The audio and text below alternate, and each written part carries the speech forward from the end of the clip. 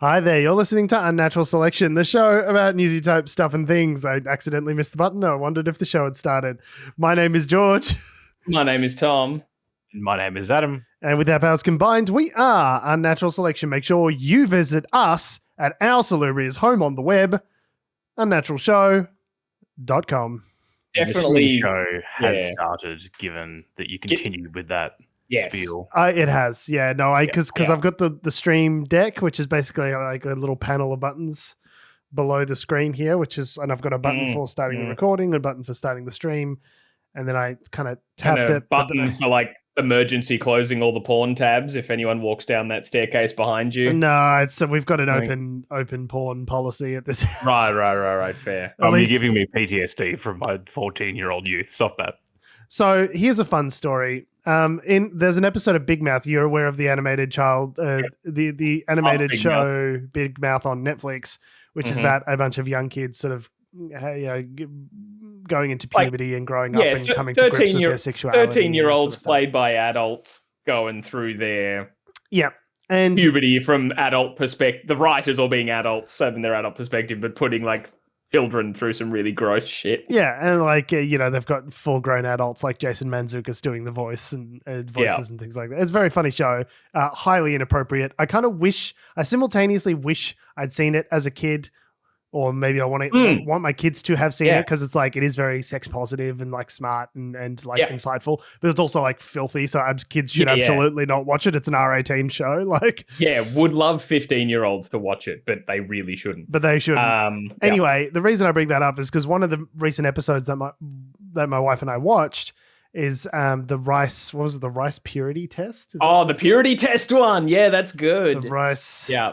Yeah, it's some, for Adam's confused expression, it's like some list of like 100 questions or something, and you give yourself a point if you've done them.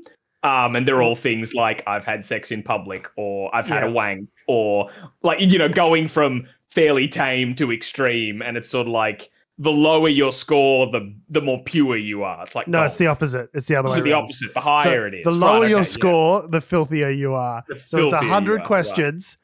Right.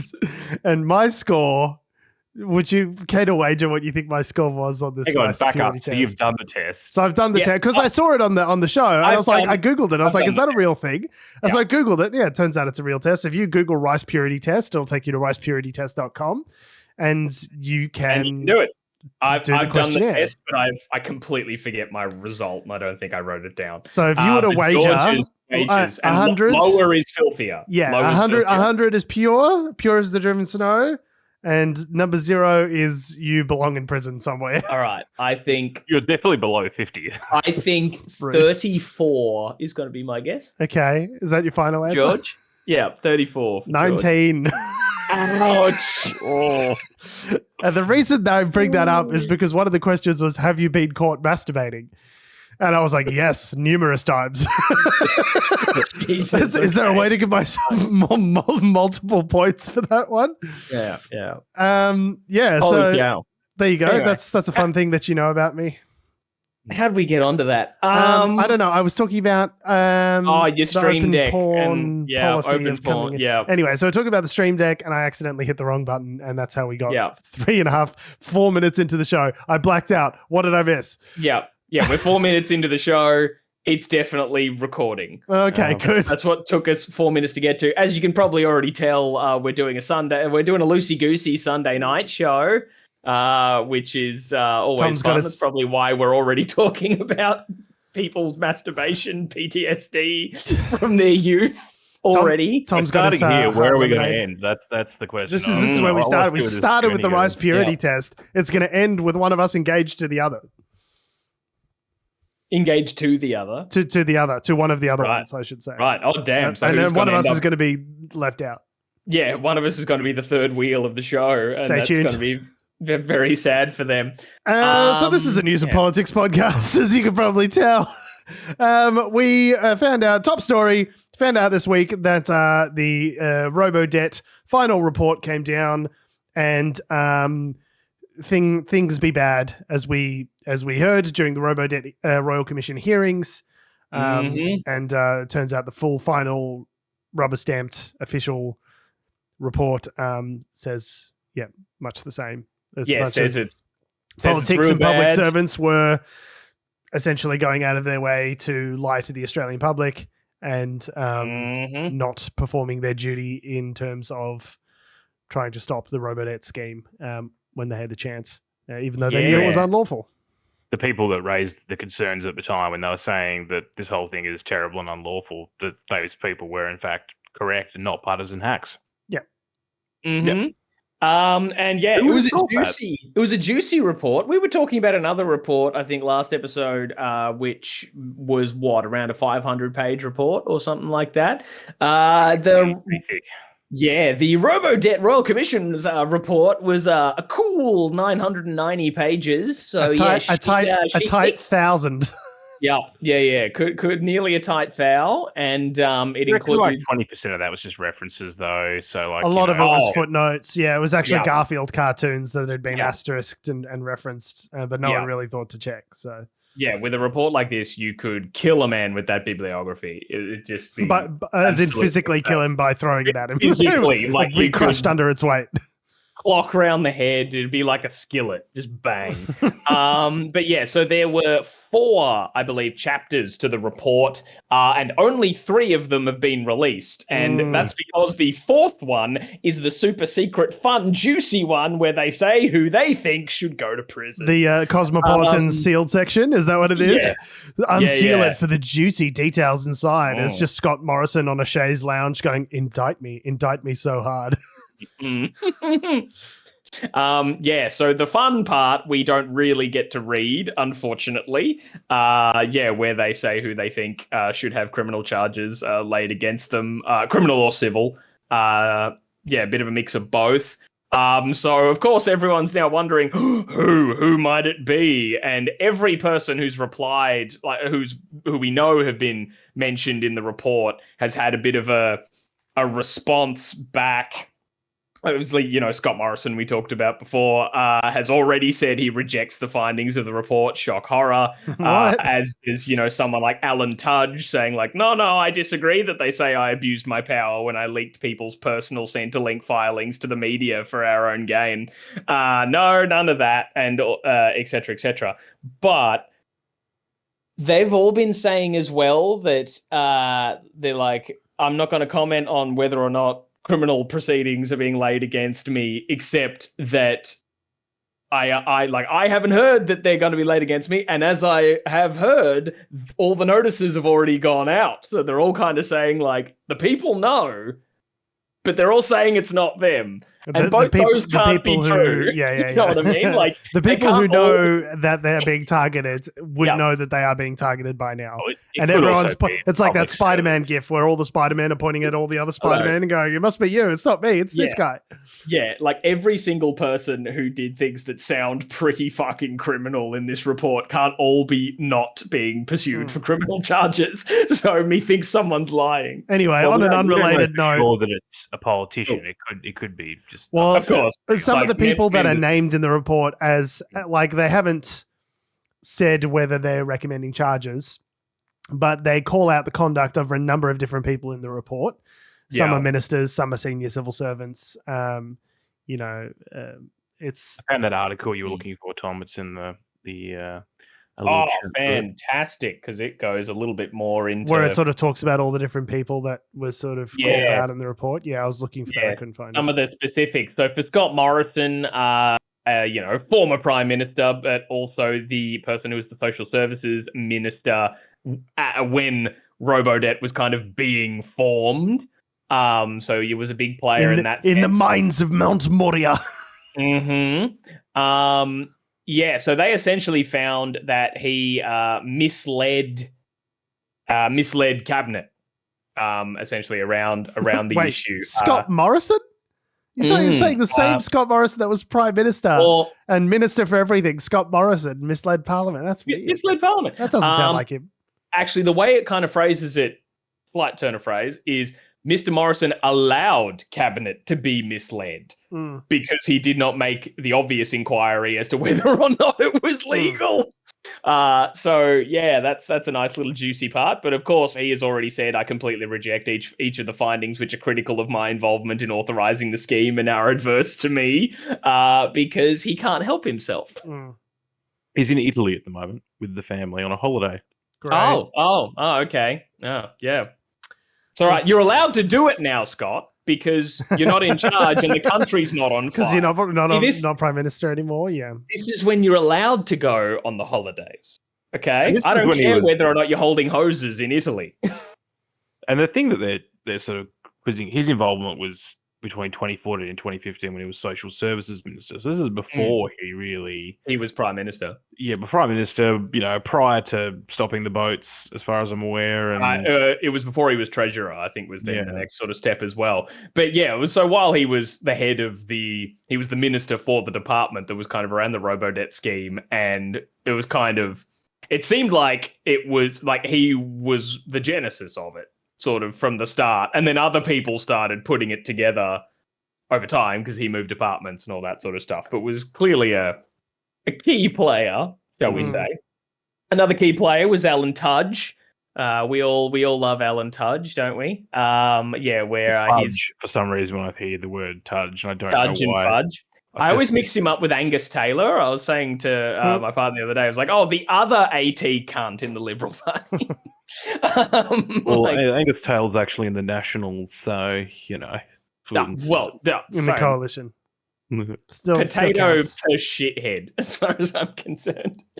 So, he, as I mentioned before, was responsible for what they describe as a mean-spirited media strategy of, using people, finding the Centrelink records of individuals that you would consider as manipulating the welfare system, if you will, and to then kind of cherry-pick those stories to give out to, I believe we talked about at the time, what they referred to as more friendly media to them to talk about as a clear ploy to let's get some positive news about robodebt by background the Herald Sun. Let's enrage our base via the mouthpiece for our base and give them some sketchy welfare routers or whatever.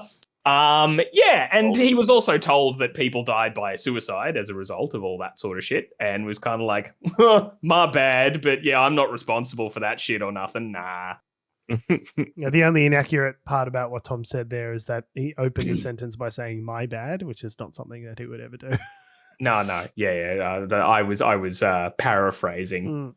I'm taking artistic liberties there, Tom, and it's not really appreciated. This is a hard news program, mate. If you could just stick to the quotation. Okay. So who else was involved? So Stuart Robert, another one who was the Minister for Government Services between 2019 and then 2021, sort of just before the election turnover and all that sort of stuff that we changed governments. In an unrelated note, I've started a Stuart Robert indicted ? Google alert, so we'll see if anything comes of that. I don't know. I don't know if it's not related to this in Australia.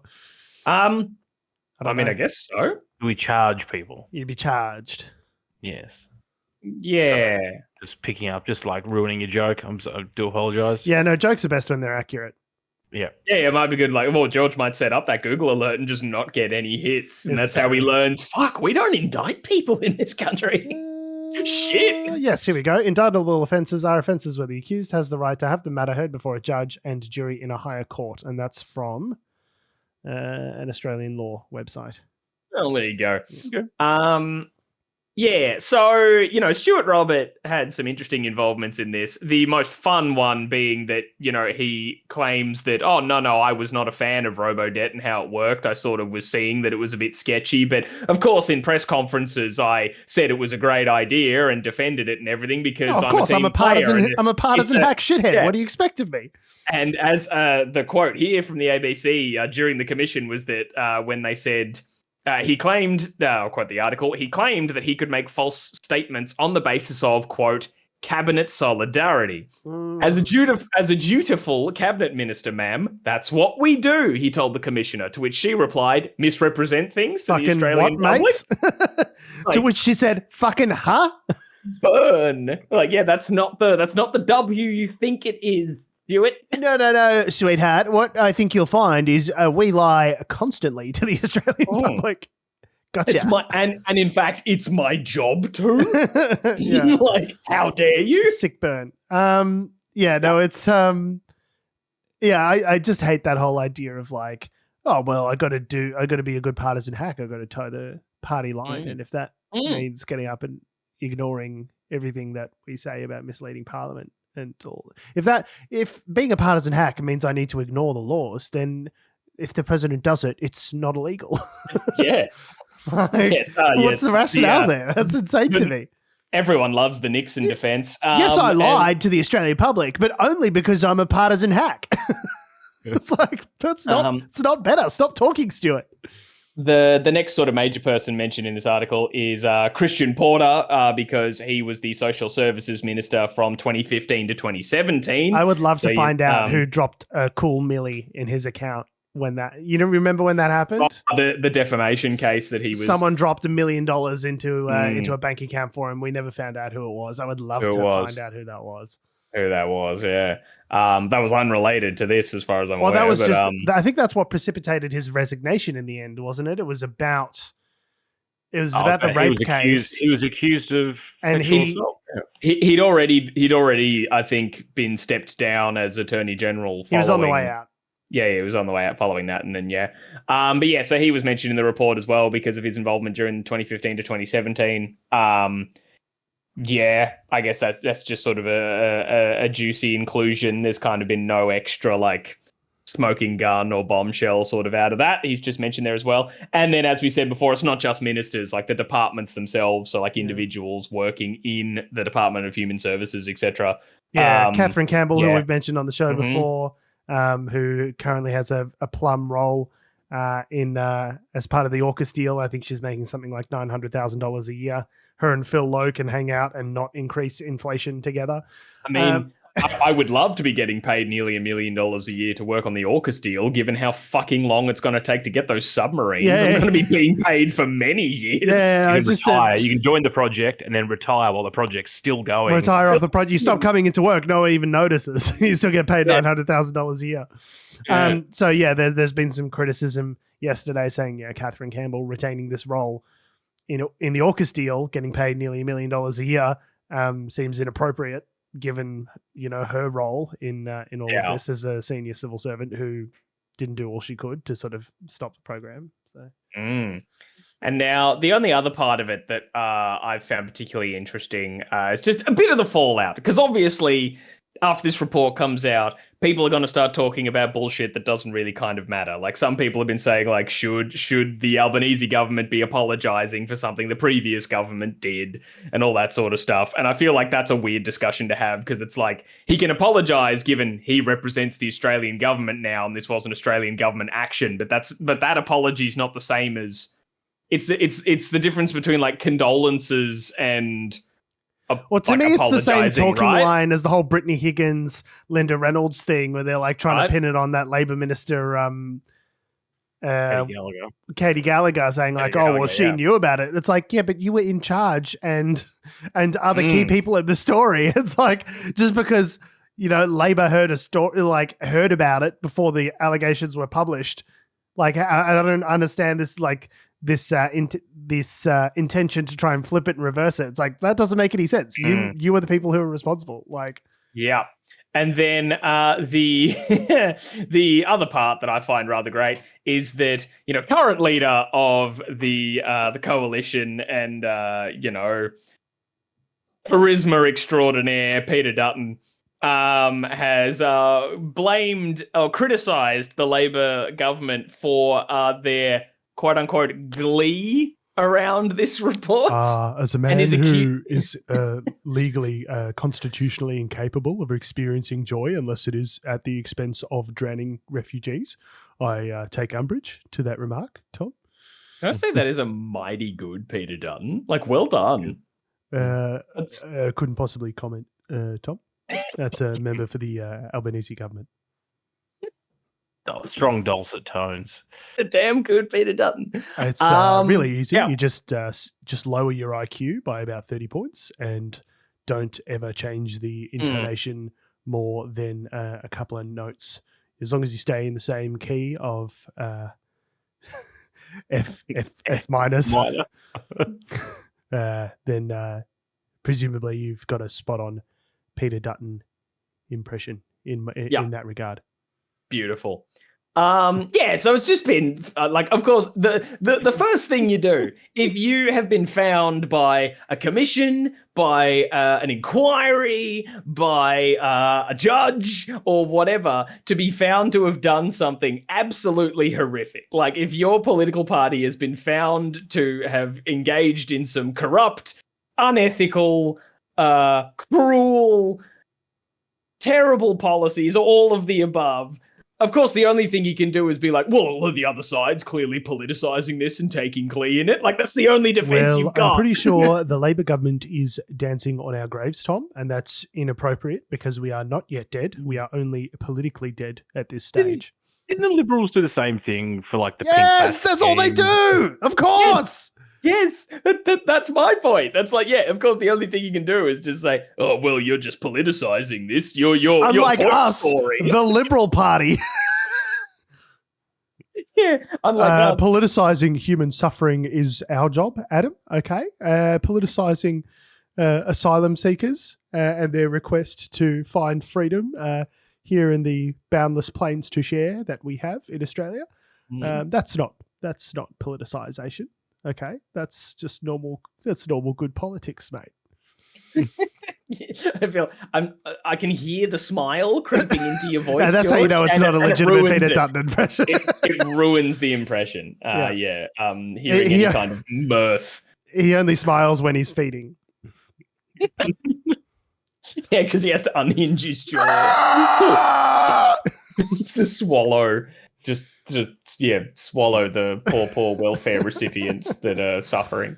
This is the thing that sort of, I think, some of the analysts have really sort of taken out of the report is that there seems to be, shock horror, this underlying sense of welfare hate. Yeah, contempt in government. Oh, welcome to Australia.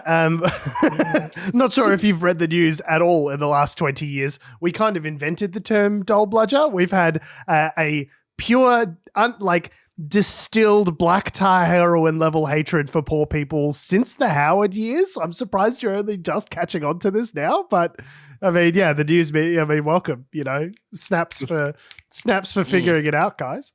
Just nice for people to have a refreshing take on an old opinion by just churning out mindless articles to serve their wallets. But anyway, the other thing that happened this week, which I think probably relates to this a little bit, is that the Anti-Corruption Commission finally launched.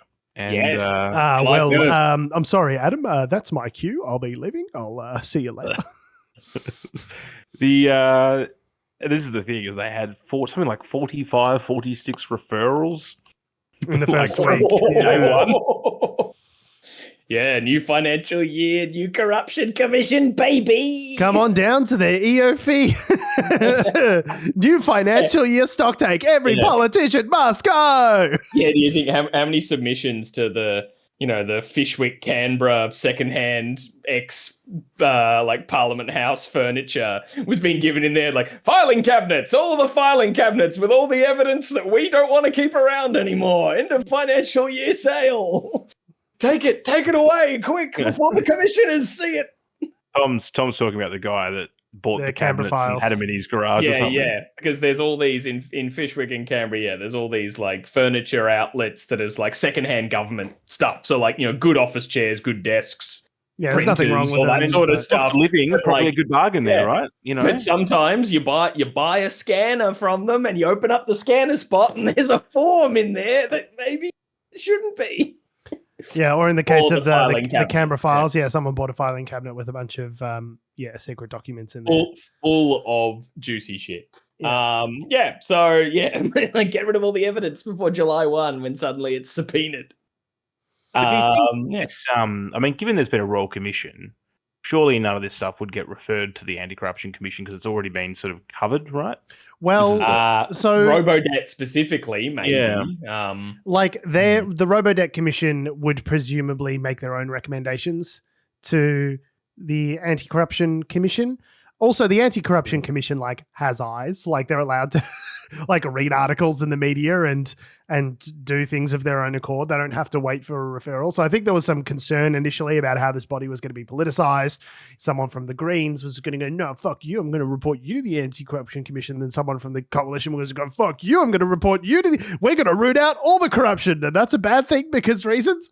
So basically what the Anti-Corruption Commission has said is yep, we're happy to take submissions from anyone, but this is not a political body. We are going to use our full brains in assessing each one of these requests.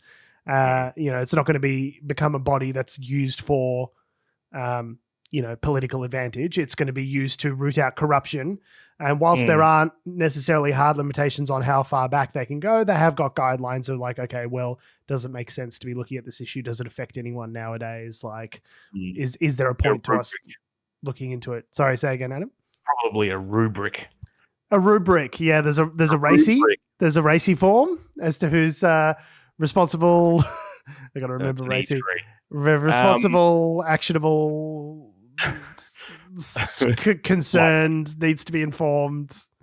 My point being is given that there's been a royal commission, it would be unlikely, I would have thought, that the anti-corruption guys would look at the same issue. They would be looking at other Well, I don't know if there's criminality. They've talked about the sealed section where they're referring.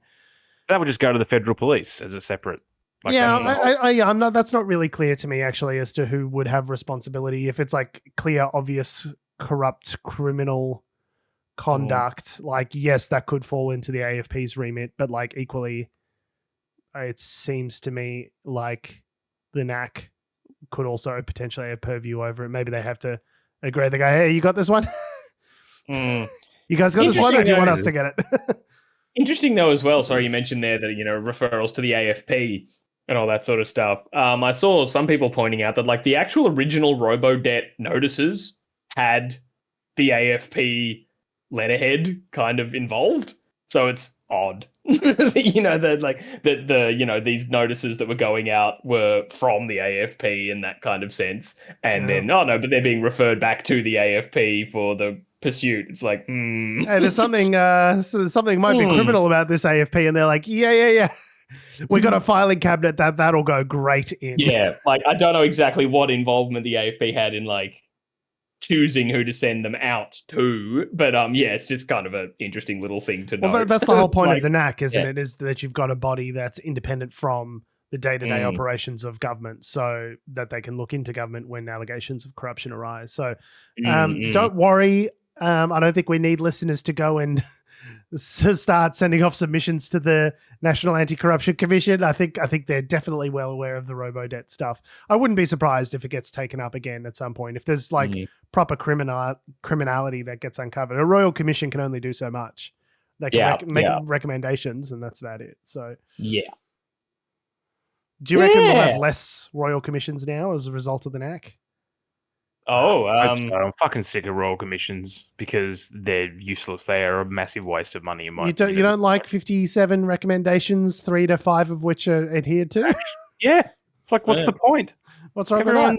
Just a political football. Yeah. Unless the news coverage of the commission brings some really juicy consequences. Yeah, you're right. They kind of doesn't often do a whole lot when they're not beholden to actually. I guess it's about bringing take stuff up the recommendations, bringing stuff to light, right? I'm sure having a royal commission that's got the ability to subpoena and get records and have that brought into the public light, and then someone like Four Corners does a report on it, and then things get brought to light as a result of doing them. I think it is good that they exist, but it is annoying when they make a bunch of recommendations and then they're just roundly ignored, like with the Banking Royal Commission. That is frustrating. Yeah, it's that's just fucking. I agree with Adam there. Well, what was the point? They don't do any of that. I mean, it's nice that the Big Four don't force me to do bank fees if I'm using one of their other ATMs. They were scared into that, but we have to actually make some serious changes. Okay, what about a royal commission, but with knives for hands? A royal commission that kills. Yeah, royal commission. A royal commission with teeth, George. That's what we need. just depending on what your answer is back to the commissioner, you might get just dunked into a tank full of sharks. Yeah. It's a royal commissioner. Royal commissioner that's Judge Dredd, basically. Wrong answer. Imagine? You have been convicted guilty. Was it Commissioner Haynes? Was that the guy for the banking one? Banking royal, yes. Yeah. Who gave like the really dour look at Frydenberg. Can you imagine him, the Judge Dredd helmet, being like, I am judge, jury, and executioner? Hasta la vista. I am above the law. Okay, so that's our robodebt thing. Are we done with that? Yep. Yeah, done with that. All right. Speaking of the law, the US, they do whatever the fuck they want. So tell us about child labor laws in the US. Just to really, really liven this podcast up, this is a Sunday evening that everyone wants to have. So there are certain states in the United States, in case you're wondering, yes, it is those ones that you had in your mind, the bad ones, that have weakened American child labor protections starting in July of this year. So end of financial year madness has come to children auto workers in Arkansas.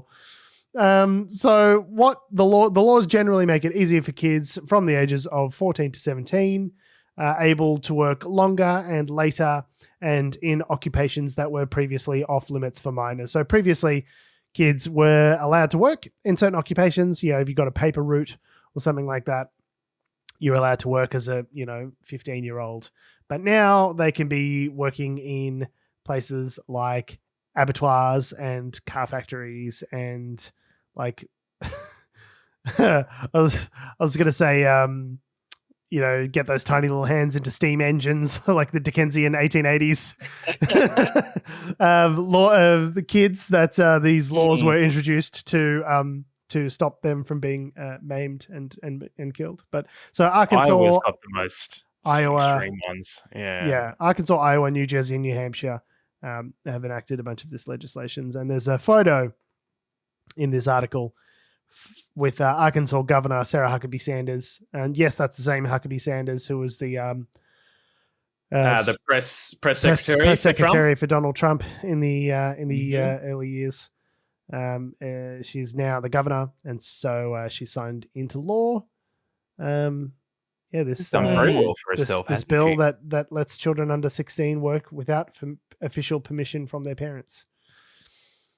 So in that law, in that state, the existing law was like you had to have a permit, you had to have permission from the parents, and something else. But they've basically done away with that now. So I love that it's like these conservatives. These are the same conservatives that will be like, you can't learn about gender studies at university. We need to protect our kids, but also at the same time, get in that meat thresher, Donnie. Go in there, use your fingers. Like a 16-year-old could go and work at an abattoir now. That's fine. Yeah. Maybe lose a hand, be three-fingered Joe for the rest of his life. But learning about gender, well, that's too dangerous for a young mind, for an 18-year-old. Far too dangerous. In Iowa, children as young as 14 can work in meat coolers, industrial laundries, and teens 15 and older can work in assembly lines around dangerous machinery. Teens as young as 16 can now serve alcohol in Iowa restaurants as long as 2 adults are present. Hey, well, in Wisconsin, there are lawmakers trying to make it so 14-year-olds can serve alcohol. What is going on? Further down. What is going? I understand that there's a labor shortage, right? I get it. I do get it.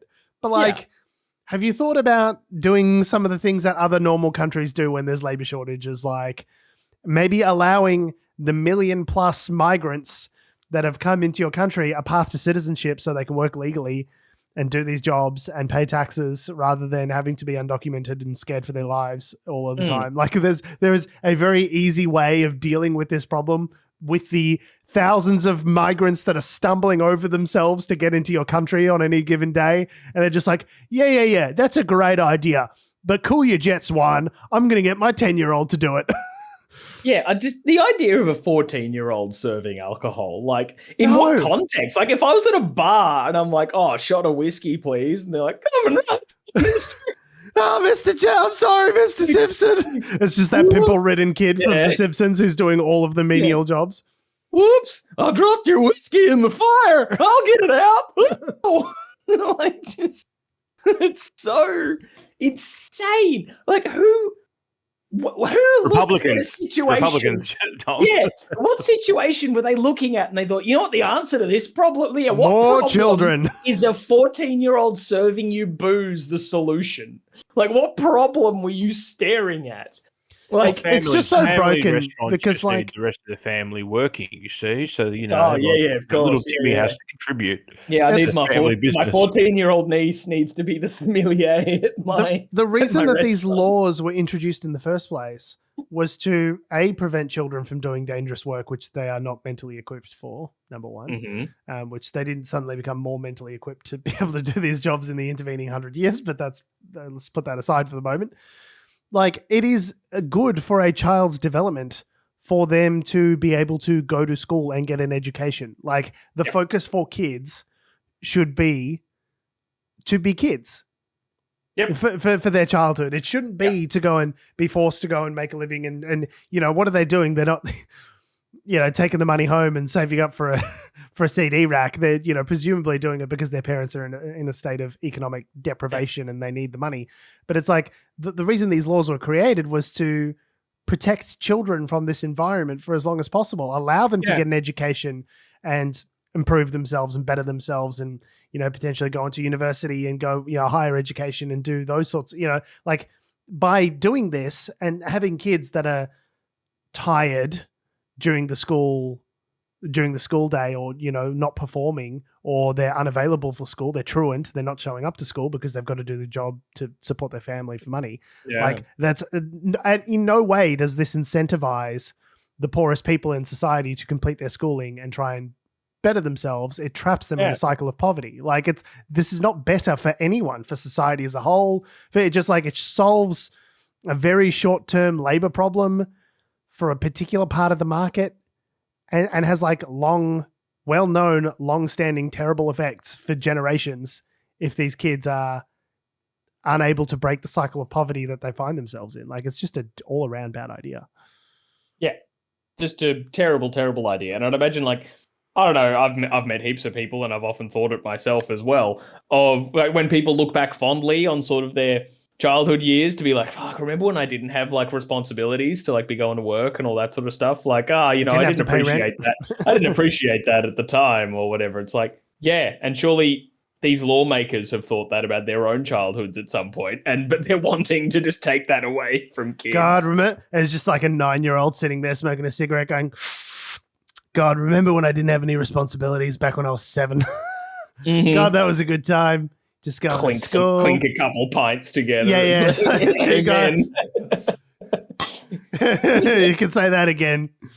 What was the first job you guys had? I worked in a fish and chip chain. I was a waiter. I would have been 15, I think. Yeah. So, yeah, I saw some of these as well, actually, that I would have been about 15, and I had some shifts that ended at 9 p.m. And I saw one up there where they said one of the changes they were thinking of doing is allowing kids to work until 9 p.m.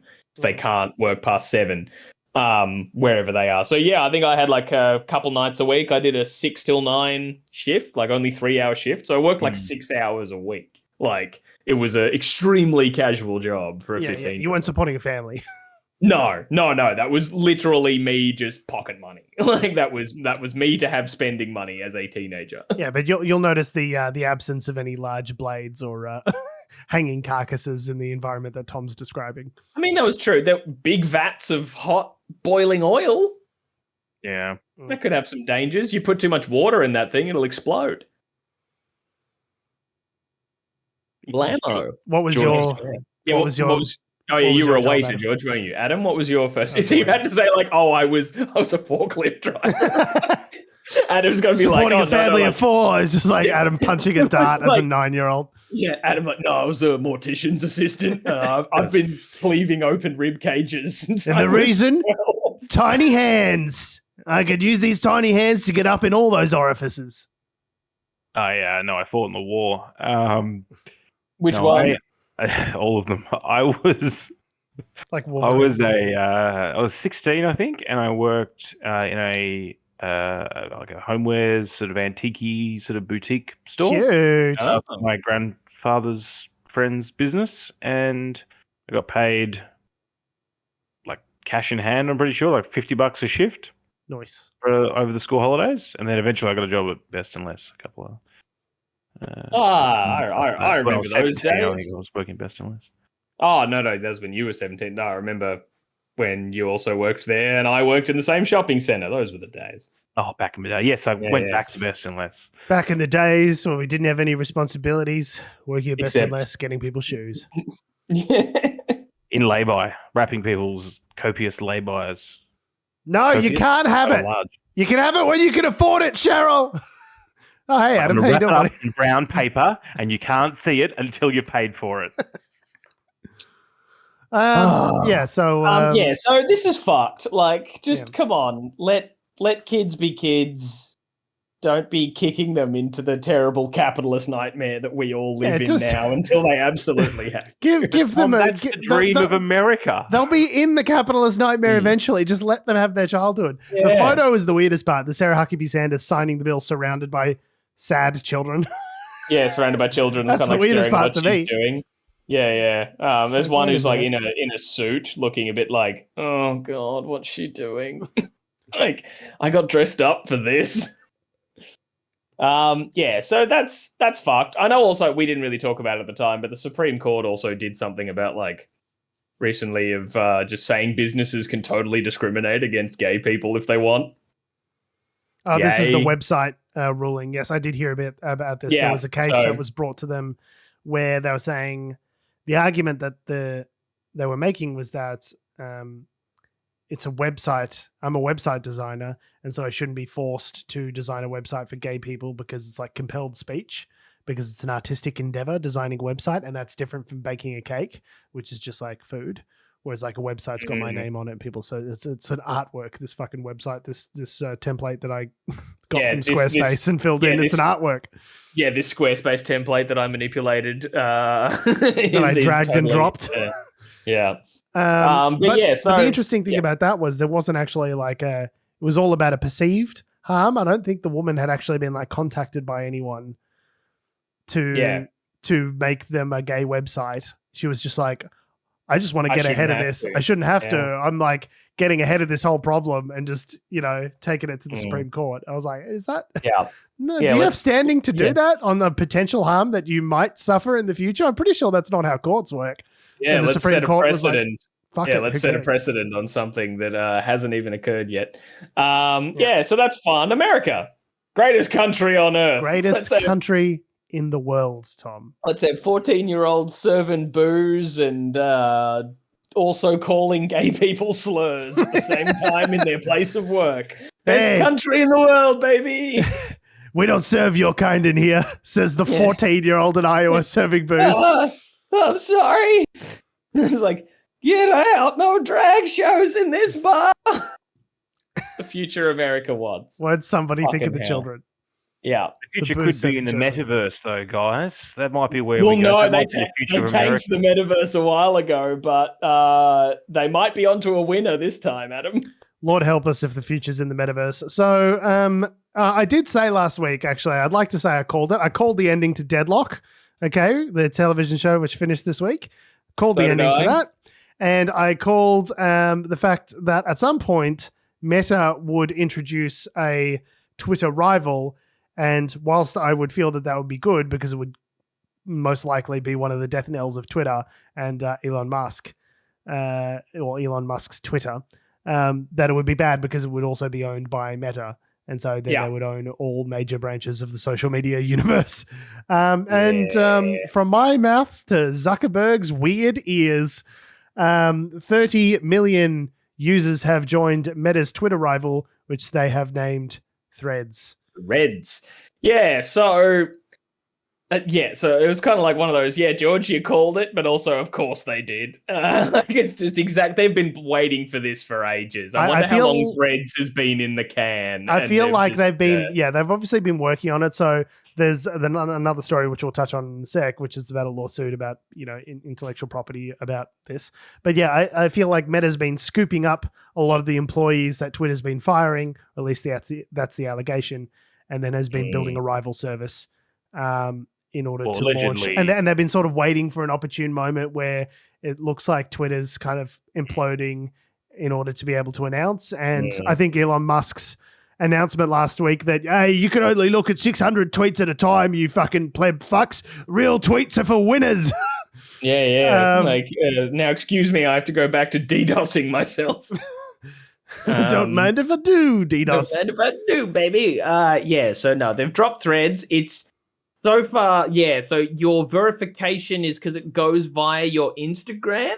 So if you're verified on Instagram, then you're verified on Threads as well. So the reason that this app has taken off, it's made it the fastest adopted consumer app of all time, faster than even ChatGPT, is because it's basically just piggybacked off Instagram. It's so easy to just import your followers, import your profile, your pictures, all that sort of stuff. It just sucks it straight out of Instagram, throws it into Threads, and it's more or less a Twitter clone. But because I think there's been a lot of feeling in the Twitter community that we've been looking for an alternative. People have been looking at Mastodon, they've been looking at Tribal, they've been looking at Blue Sky, and none of them have quite hit the mark. And I think a lot of wouldn't have the immediate install base. Yes. That this has, because it's just piggybacking from Instagram. And so a lot of the Twitter, all my followers can be there as well, and blam. Yeah. It's not a new account, although it kind of is. So it's newish in that it's a new thing. It's a new sort of medium for Facebook, the sort of short form. It's like, it's weird because they've got Facebook, which is kind of like everything, videos, pictures, arguing with your auntie about vaccines on Facebook. Twitter is more the kind of like the dialogue, just the dialogue by itself. Doing the same thing, but in less sentences. Yes, with a 500 character limit in the case of Threads. Publicly as well is probably the key. Publicly. And then there's Instagram, which is just pictures. But it's like, it does feel like it is maybe cannibalizing Facebook a little bit in terms of their product mix. But who cares? It does. Yeah, the feeling that I got is that everyone in the Twitter community was waiting for Elon to fail and for something else to rise and to glom onto, because part of the benefit of it is the network effect, everyone else being on it at the same time. And Threads is definitely that. It's like, 30 million users in its first day. Like, it's tied into a bunch of stuff that exists. You're probably already following a bunch of people you were already following on Twitter. And so you're getting your sort of follow lists back immediately. Like, it's super, super easy to use and get onto. And so I think that's why it's been so successful. In terms of features, like it's fine. It's you can post videos, you can post links. Verification is a thing, which it is no longer on Twitter unless you pay for it. Unless you pay for it there. I haven't used Threads yet because I also saw the weird little thing that's been bothering some people of that you can't delete your Threads account without also deleting your Instagram once you've set it up. So you can deactivate it, but you can't delete it. But you can't delete the account. So for anyone sort of conscious of I don't want to hand over more stuff to Zuckerberg, but I'll try it out first. You can't. Zuckerberg's got all your shit already, bro. Already, it's too late. It's the other thing, right? I think I saw Jack Dorsey, one of the former founder of Twitter, criticizing the new Threads app because of all the different security information that it takes from you, and he posted a screenshot. And someone else posted a screenshot of the data that Twitter sucks up, and it's exactly the same. It's exactly the same kind of disclosure from Apple as to here's what this app is doing with your data. And it's they're all sucking up your data. It doesn't really make a difference. Yeah, they're all doing the same. But I remember we talked about last week because we had our little chat about TikTok algorithms and how yours and my, George, are extremely different. Because I mentioned I occasionally see I see the people who draw just the big old titties in their artwork, or just the hardcore nudity left, right, and center. Threads allow that, because if it can't allow that, then it just won't be an adequate replacement for Twitter for me. That's a good question. I don't actually know what their policy on nudity is, but I mean, Facebook and Instagram have never really allowed it. Instagram has been like kind of like quietly freeing the nipple. There was a Facebook, you know, their like Grand Wizard Council or whatever it is that like renders. The actual name of it? I don't know. I might be paraphrasing there. Clan? No, it's Jesus Christ. Facebook has got like no. I shouldn't have used the word wizard. Obviously, that's misleading. But like, Facebook has like some grand council that sits over the top of it, some sort of board that adjudicates issues that are brought to the platform as to censorship and shadow banning and all these sorts of things. So they adjudicate those complaints. And then people get their accounts reinstated. I think it's literally just called the Oversight Committee or something. Yeah, well, I mean, that's ominous as well, isn't it? It's like something out of like Orwell. The Oversight Committee, none shall be questioned, all shall be heard. Yeah, please report to the Oversight Committee on the 4th floor. Yeah. But they had a ruling in January which suggested something about breastfeeding and sort of that it was unfair to discriminate against female nipples against male nipples. People showing breasts. So people showing breasts for breastfeeding photos and things like that. And since that ruling, I have noticed that they are policing nipples less on Instagram. And I kind of feel like some influencers like sneakily sort of getting a bit of nip into some pictures in order to try and sort of test it. Like it hasn't been announced that like you can go nuts with your nipples, but it seems like they're kind of like slowly kind of like shadow rolling it out. And so I don't know if that same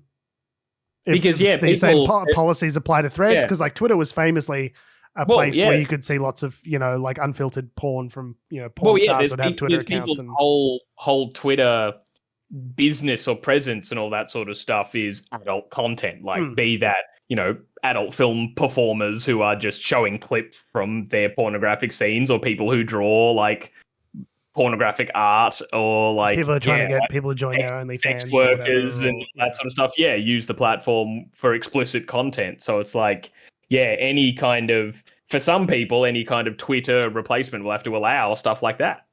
So I don't know. I think it will go against the interesting part of it. If it's all part of Meta, it's going to go against the Meta terms of service. Yes. The whole sort of family friendly. So when I got banned on Facebook, I got banned on everything. You're real salty about this, aren't you? Thing. I am very salty still about it. Because I didn't do anything. You should have reset your PC when we told you to reset your PC. Yeah, I mean, I should have. And now there's some Adam Doreen writing racist manifestos across the web in your name. No, I think they shut down. That's the actual Adam, George. That manifesto that you read, that was actually. No, this is just the other day. Yeah. Tuesday nights. But anyway, so I would assume that Threads will have the same terms of service. So I wouldn't go ahead of counting on that because that's probably no. That's why we're not going. That was sort of what the point I was getting to with like people saying like, oh yeah, this will be Twitter's replacement. It's like, but it won't.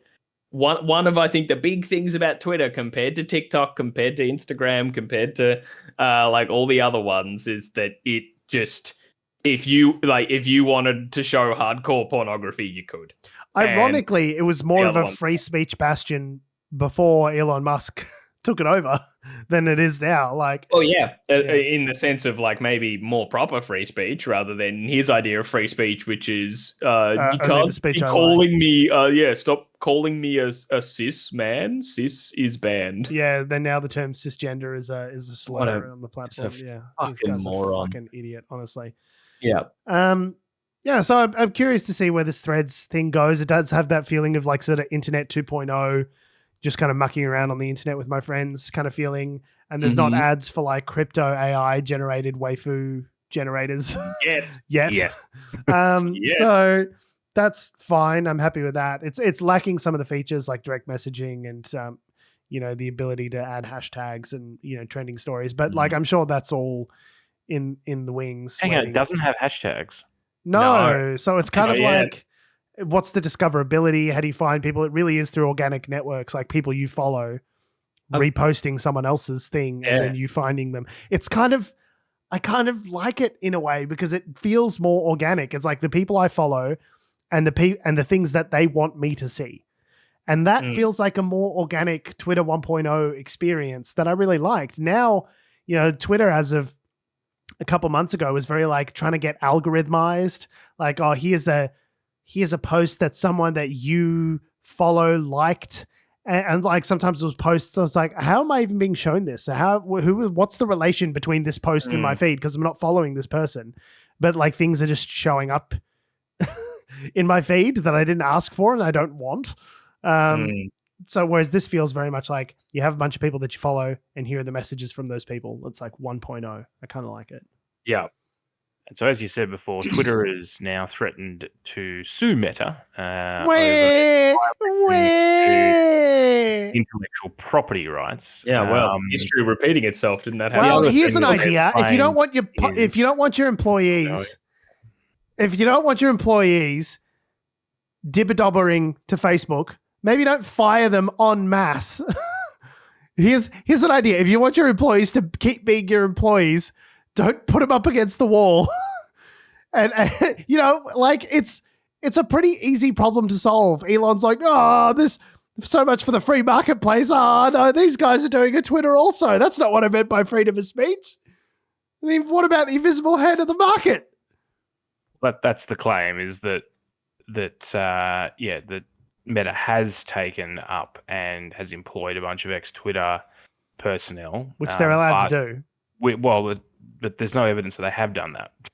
In fact, that's Meta has denied it. So whether or not there's any truth to that remains to be shown. There is in the article, the Guardian article, they've said they found evidence of people who were employed on LinkedIn, of people who were employed at Twitter and are now employed at Facebook, but also like at Silicon Valley. All of these people are cross-hiring and poaching and hiring people away from other people all the time. Like this is a common thing in tech companies. And like, what's intellectual property? Is it the source code, or is it the way that a tweet is underlined in the? I mean, I guess if you're taking if you're taking documentation from one job and using it at another, that's most likely prohibited. That you would have signed a contract about that when you started. But also, like, if you're firing people left and right, like, what do you expect them to do? They need jobs. They work in tech. They work in social media. There's like 2 other places they can work. Like if they're not going to work at Facebook or at Meta, rather, they're going to work, somewhere else. They're going to work at Snapchat. They're going to work at TikTok. Like there's only so many places that these people are going to go. So you can't fire half your workforce and they go, hey, I expected you guys to not have jobs forever. Well, it's one of those things. And whenever you sign I'm sure you guys have done the same thing. If you sign a contract, it does talk about non-competes and there's always an intellectual property clause. So, for instance, I work in construction, so in theory, I wouldn't be able to take house plans. But this is the thing: is that even if I haven't physically taken a document, if I've got you've got knowledge in your brain, knowledge in my brain of how that worked, I'm not allowed to apply that. Which is really, because, like, to use the construction example, it's kind of. It doesn't work like that. Difficult, It's building a house. Like, you can only build a house so many ways. Yeah. Like, shit, we have to use 3 walls. All right, hear me out. If I put a 4th wall in there, I'll breach my non-compete. It's a house, but it's on legs. Human legs. Like, as an example. Like, because houses on legs are already a thing. They have houses on stilts, George, in, like, flood areas. No. It's human legs, so it's substantively different for legal reasons. Yep, and fleshy. Very fleshy. They decompose every 80 years. It's agile. But yeah, like to use an example from the software, like, yeah, if the way it looks isn't that more? I guess it's probably more of a copyright infringement. But if the UI, if you're using a particular font, like in one platform to the other, is that like you couldn't just copy and paste pieces of code? No, but like, again. If you're building code from scratch and you know how code like that is built because of your experience at Twitter, which is what makes you valuable as an employee to Meta who's building something that looks like Twitter. Yeah, I think that's some pretty legally murky area there. And again, all of this could have been avoided, Elon, if you just didn't fire a bunch of employees and run your shithole company into the ground by being a prick. Yep. It's still yet to be rolled out in the EU. The EU is debating data privacy laws, because the EU famously has very strict data privacy laws compared to the rest of the world. Don't worry, they'll get in there. They'll get in everywhere. I imagine it'll get rubber stamped at some point soon. So yeah. So what do you think, Adam? Are you going to become a thread head? I need to get back on Instagram to start off with, so maybe I've used to expound a lot of opinions on Facebook, and I sort of stopped doing that. So I don't know whether I really need to get on Twitter. Why did you stop? Like I stopped using Facebook about I don't know 5 years ago now. But like it's just more just a behavioural pattern, right? It's not so much about Facebook, whether it be Facebook, Instagram, Twitter, or whatever. People don't necessarily need to know my opinion. It's not necessarily adding we have a anything podcast fresh to the conversation. I have a podcast. Doesn't matter. Why does the 300 people that may look at stuff that I post, I did a couple of things over lockdown, but that's because I was getting angry and I was bored. But apart from that, I've been pretty I kind of chill. feel like So that's I don't what it really is. see why Is it just like sucks up that kind of like that free floating anxiety, anger, energy? That's why I haven't used Facebook in. But you do it on Twitter though. Yeah, but I don't get into arguments with people on Twitter. Like I'll post jokes or like I'll tweet at insiders for clout.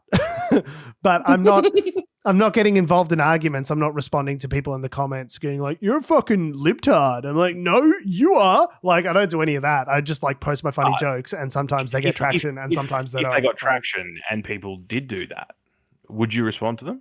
No, I make it a habit not to like read comments or respond to comments. Like it's got to be it's got to be fun. It's got to be like fun and good natured. And like either I'm exchanging kind of like either I'm getting information from Twitter or from whatever it's going to be next, Threads, or it's like I'm following smart people who have interesting points of view, or like news people, or I'm following funny people who are making fun of the news and like interacting with them. But it's always like, to me, Twitter's always been great, because it's always been that fun, jovial kind of like interaction. I've never been like arguing with someone over positive uses for the Adler shotgun, like we did on Facebook when we posted that video, and then a bunch of people called us coastal scum breed wankers. What's this we?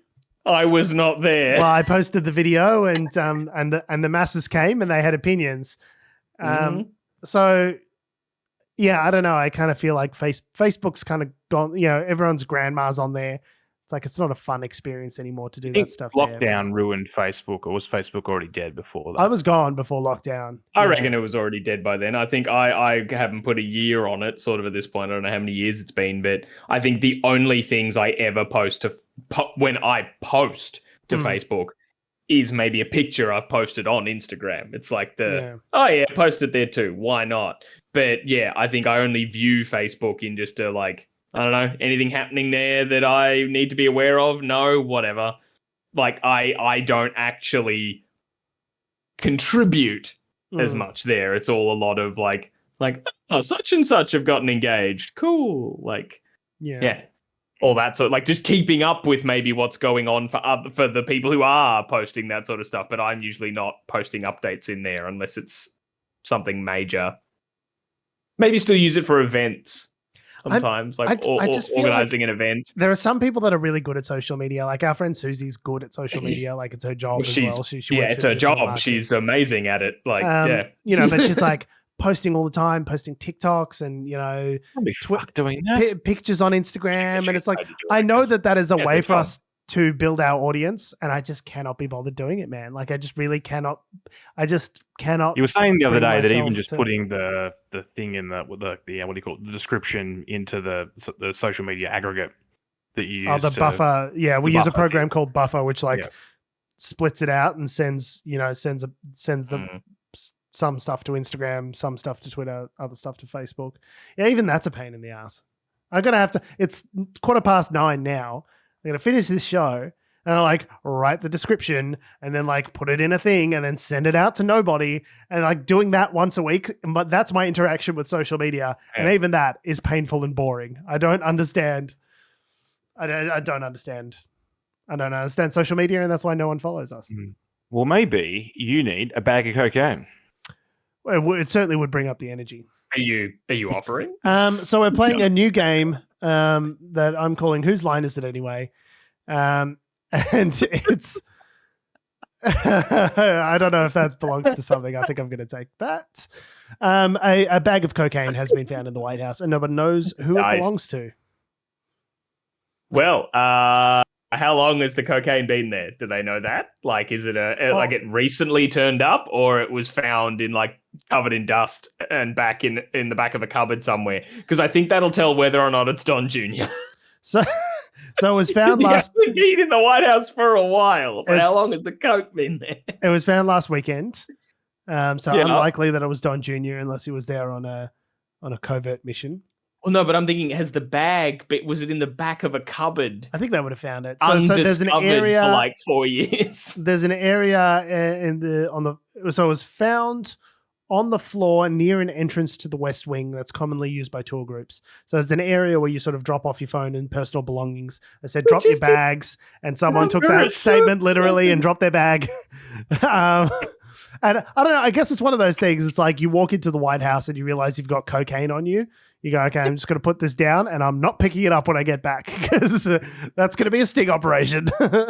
Yeah. Wow. So, yeah, I suppose they're going through footage, but like, doesn't really matter. Who cares?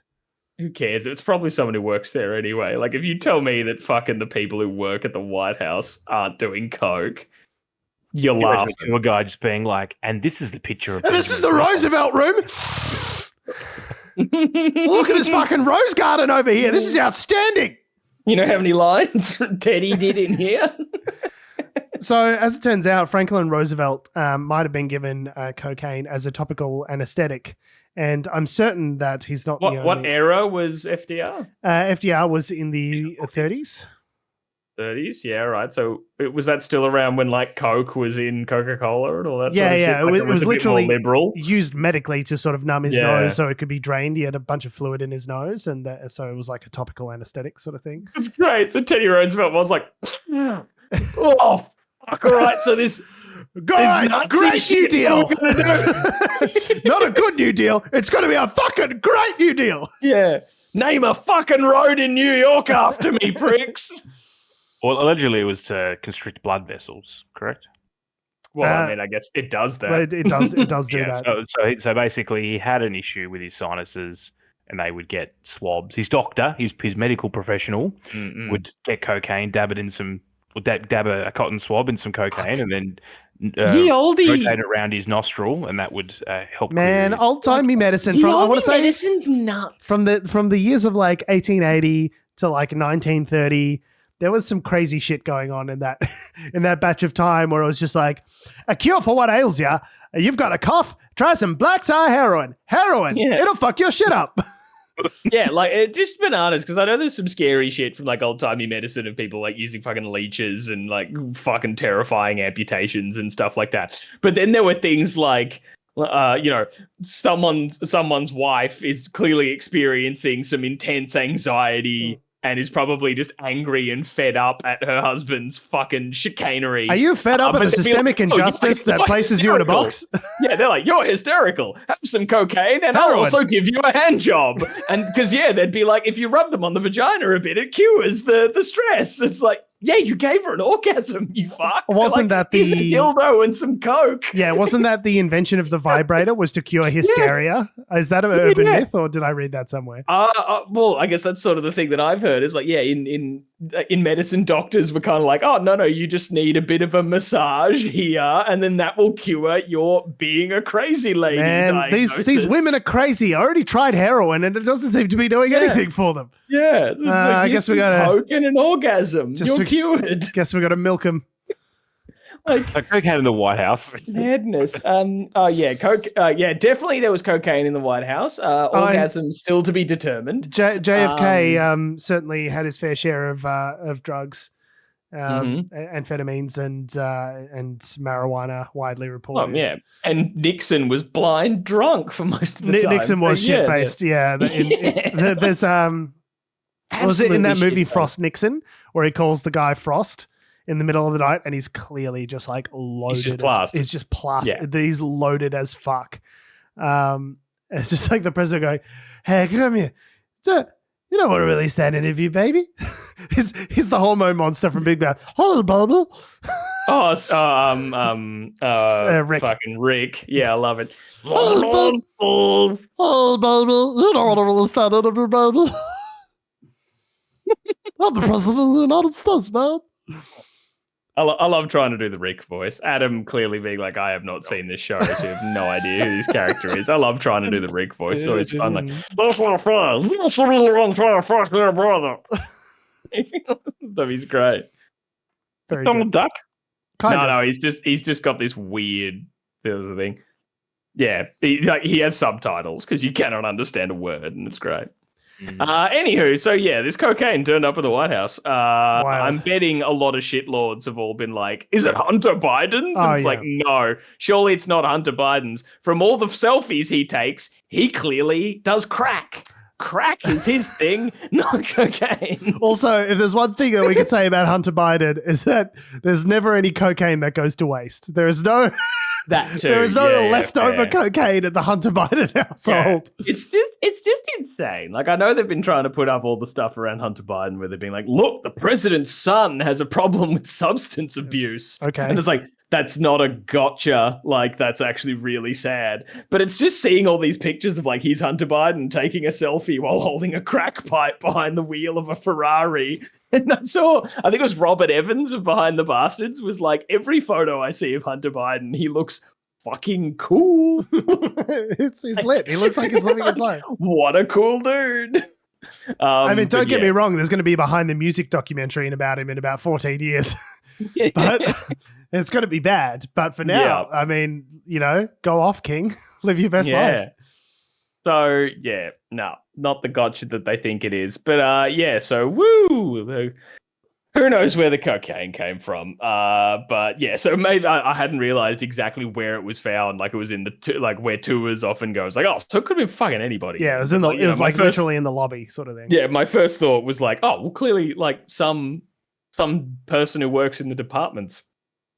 Like some person that you are working day in and day out, working to the bone in a high-stress, intense environment. Yeah, they're doing coke to manage. Can you imagine that these high-flying people in a high-stress, high-pressure environment are using cocaine? That does not comport with my... Yeah, I can't... I am shocked to find that there's gambling in this casino. Like... Yeah, every law firm, every consulting firm is just going... Like, that's weird. That's such a weird thing that's happening at the White House and not here. None of us do that.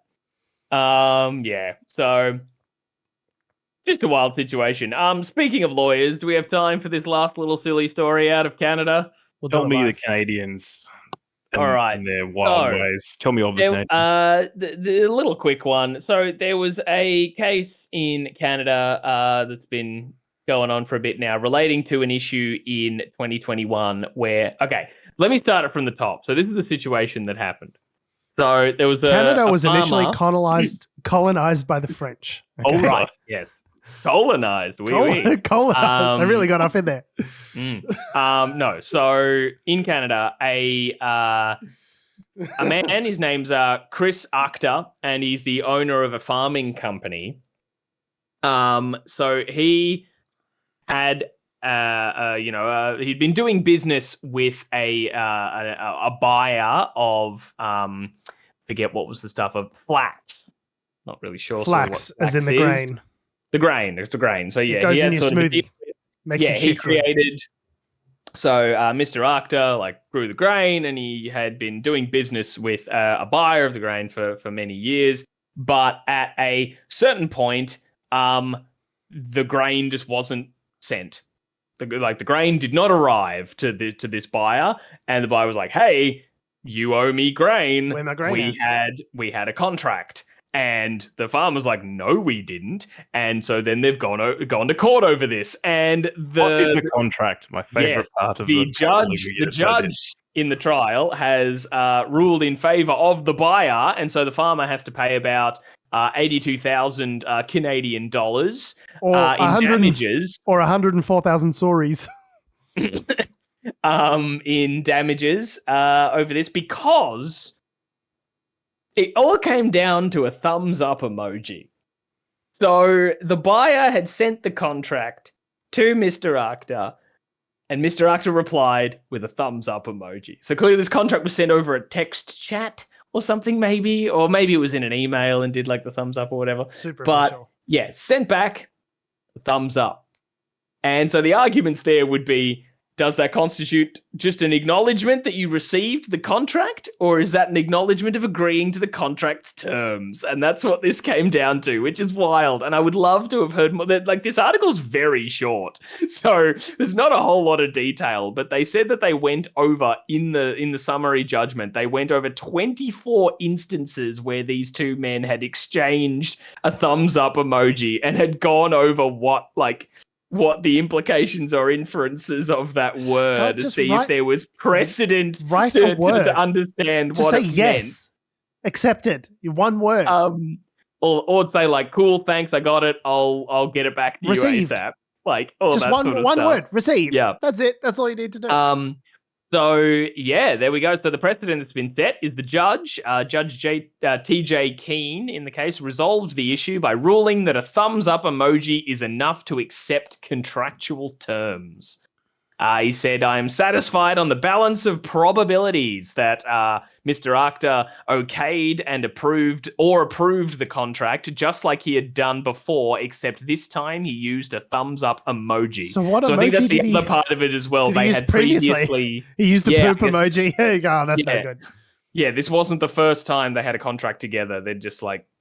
Yeah, so I guess that's well, they had the precedent in there as well. But the other part that I thought was interesting was the justice said, in my opinion, the signature requirement was met by the thumbs up emoji originating from Chris and his unique cell phone. Because then that comes down to stuff we've talked about before with like piracy and things on computers where like, how do you prove it's me at the keyboard? It came from my computer, but how do you prove it was me operating the computer? How do they know it's Chris operating his phone? It's so funny that this court judgment has said like a thumbs up on a phone is okay to do, but like DocuSign isn't okay. I get accountants and people saying to me like, no, it's very important for the bank that it's got to be wet signed and sent back. Okay, DocuSign isn't legal. And DocuSign's going, it definitely is legal. It's not a problem. Everyone uses it. But yeah, but in this American court, they could be like, maybe just like thumbs up or poop emoji, just like fucking go for it. Whatever you reckon. I'd just love to hear the legalese around like what each thumbs up means. I get to go over. Now, he used an exclamation mark. Now, we take that to mean that it was a dispute over the pricing. I've got a little example for you here. I put it in the chat. So there's a regular thumbs up to start off with. Okay, so that's good. And then I want you to decipher the next three. Which chat have you put this in? Hang on. It's literally in the podcast chat. So we got a thumbs up.